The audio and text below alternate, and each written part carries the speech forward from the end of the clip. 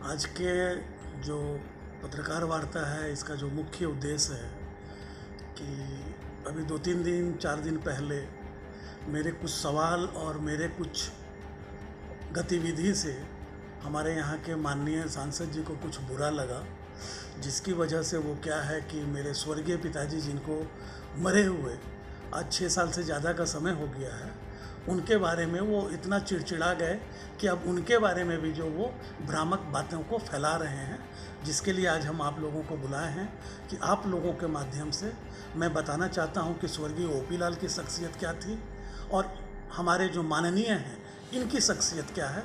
इसी वजह से आज मैंने ये प्रेस वार्ता। भी डीएवी का मामला है या जब भी कोई बाघमारा का मामला आता है, बाघमारा के विकास का मामला आता है, तब ये ढुल्लू महतो जो हमारे अब विधायक थे पहले, जो अब सांसद बन गए हैं, ये हमेशा जो है स्वर्गीय ओपी लाल साहब जो हमारे पिता रहे हैं, उनके नामों को लेकर के ये हमेशा अपनी नाकामियों को छुपाने का प्रयास किए हैं। जबकि इसी डीएवी में हमको लगता है कि 40-50 लाख रुपए का गबन हुआ है।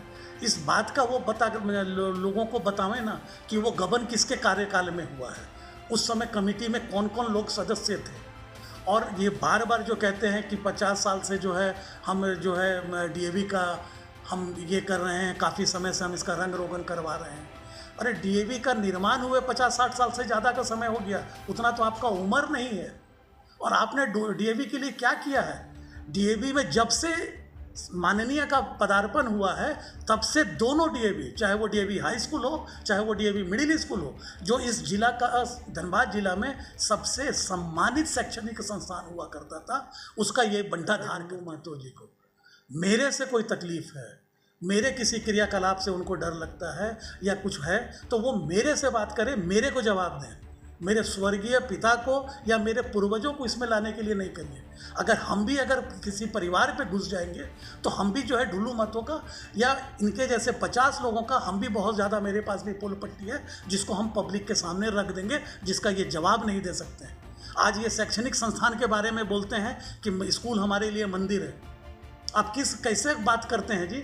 जो आदमी अपने घर की बच्चियों के नाम पे शराब का दुकान का लाइसेंस लेता हो, वो आदमी शिक्षा की महत्ता के बारे में बात करेगा। आप एक तरफ जो है अपने घर की बालिकाओं के नाम पे, अपने घर की बच्चियों के नाम पे अनेक शराब का दुकान लेके रखे हैं। कौन सा सभ्य परिवार करता है जी कि जो अपने घर की बच्चियों, घर की महिलाओं के नाम पे शराब का दुकान का लाइसेंस लेता है?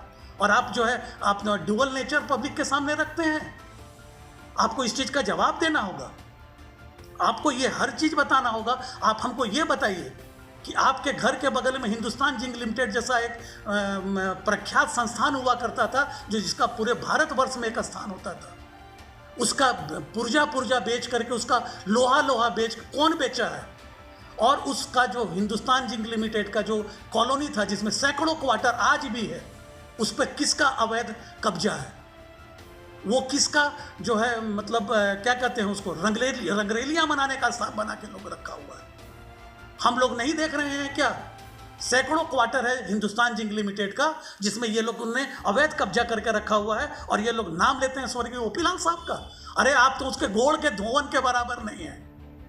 अगर शक्ति है तो आप डायरेक्ट अशोक लाल से बात करिए, अशोक लाल आपके लिए काफी है। और एक बात का मैं आपको एहसास दिलाना चाहता हूं कि आप हमेशा बार बार कहते थे सांसद महोदय ओपी लाल के बारे में कि ये स्क्रैप हो गया है। हाँ, आप उनको स्क्रैप बोलते थे ना, तो आज हम फिर से आपको ताकीद करना चाहते हैं कि मैं उसी स्क्रैप से बना हुआ कील हूं जो आपके भ्रष्टाचार रूपी ताबूत में आखिरी कील साबित होगा। क्रियाकलापों को सुधारिए, वरना आपको बहुत तकलीफ होने जा रहा है। माननीय जी से पूछने के लिए तो माननीय सांसद जी को ही एक बार उनको स्वर्ग में भेज दिया जाए, जाके वो सवाल जवाब करके आ जाएंगे। अब तो संभव नहीं है कि स्वर्गीय ओपी लाल से कोई सवाल जवाब इस धरती पे कर सकता है। अगर जिनको चाहिए तो वो जाएं स्वर्ग लोक में। बहुत चीख करके कहते हैं ना कि आप इधर उधर का बात मत कीजिए, आप हमको कोई काम बताइए, अगर मैं उस काम को 6 महीने के अंदर नहीं करता हूं तो मैं इस्तीफा दे दूंगा। अरे भैया, आप किसको उल्लू बना रहे हैं? आपके कार्यालय के सामने में कतरास स्थित जो आपका कार्यालय है, वहाँ पर जो पानी का जल जमाव इतना होता है कि कभी कभी हम लोगों को लगता है कि गाड़ी से नहीं, हम लोगों को नाव से सफ़र करना पड़ेगा। आप पहले वहाँ का जल जमाव रुकवा दीजिए ना। 6 महीना का समय मैं दे रहा हूँ ढुल्लू महतो जी आपको, आप वहाँ का जल जमाव रुकवाइए। आप नहीं रुकवा सकते हैं, इसलिए नहीं रुकवा सकते हैं कि आपने जो अपने कार्यालय में चढ़ने के लिए जो सीढ़ी का निर्माण करवाया, वो जमीन, वो नदी नाली को अतिक्रमित करके आपने बनाया है। और आप वहां का जल जमाव जिस दिन रुकवा दीजिए, 6 महीना का समय, चलिए मैंने आपको साल भर का समय दिया, और अगर आप नहीं जल जमाव रुकवा सकते हैं तो हम किसी को कहे बिना आप खुद से इस्तीफा दे दीजिए, तब मानेंगे। का तो देखिए, ये पब्लिक को उल्लू बनाने का बात है। ये पूरी तरीके से, ये आप लोगों के माध्यम से भी सारे लोगों को इस बात को समझना चाहिए कि जैसे माननीय को पता चला कि आगामी जो परिसीमन लागू होने जा रहा है उसमें बोकारो क्षेत्र जो है धनबाद लोकसभा क्षेत्र से हट जाएगा, तो अब तो इनको बोकारो का वोट चाहिए नहीं, तो अब नाटक नौटंकी चालू कर दिए हैं कि धनबाद में भी एयरपोर्ट होना चाहिए। आप बताइए ना, किस पब्लिक को आप उल्लू बना रहे हैं? 40-40 किलोमीटर की दूरी पर एयरपोर्ट बन सकता है क्या? इसमें करोड़ों खरबों का खर्चा होता है।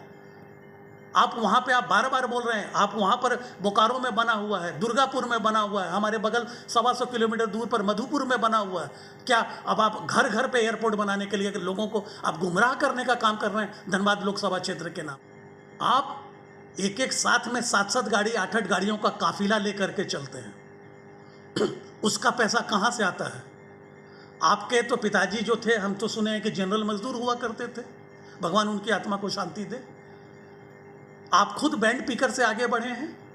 एक गाड़ी को रखने में, चलाने में, किस्ती भरने में, ड्राइवर का पेमेंट करने में 1 से सवा लाख रुपए का खर्चा आता है। आप जोड़ लीजिए कि 7 से 8 गाड़ी के काफिला में माननीय जी घूमते हैं, ये 10 लाख रुपया महीना तो सिर्फ इनके चलने का खर्चा है। ये पैसा कहाँ से आता है?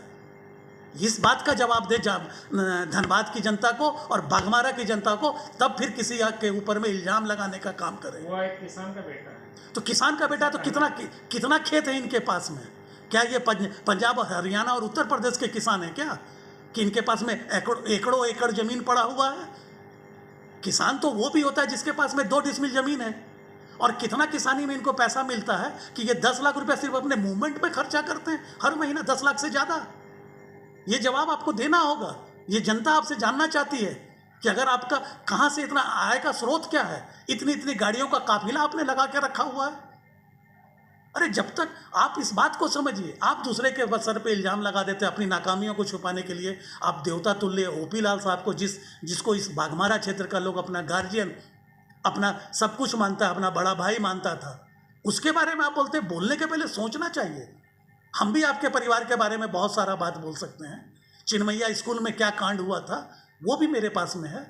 अगर आप नहीं सुधरिएगा ना तो वो बात भी खुलेगा।